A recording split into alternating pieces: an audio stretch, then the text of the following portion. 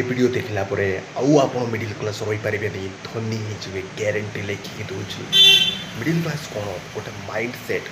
जदि आप लक्षे टंका मासक कमाऊँ तो जदि 90,000 खर्च कर तो आप गरीब ही रही कि लक्षे टंका इनकम कर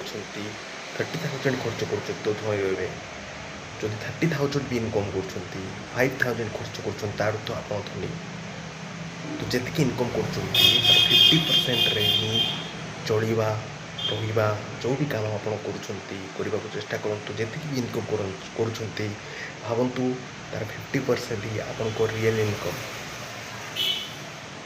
सेटा करने आपको निज फिलिंग्स को कंट्रोल करा पड़ो फिलिंग्स कंट्रोल कले आपण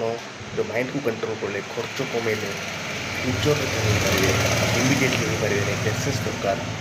पेसेंस बहुत इंपोर्टेंट फैक्टर अटे माइंड को कंट्रोल करा फिलिंग्स को कंट्रोल करवा गोटे स्किल अटे ये दुईटा स्किल पेसेंस और फिलिंग्स कंट्रोल और इनकम बढ़ावा स्किल यहीटा जब आप एक्वायर कले तो ग्यारंटी धनी हे 5 वर्ष दरकार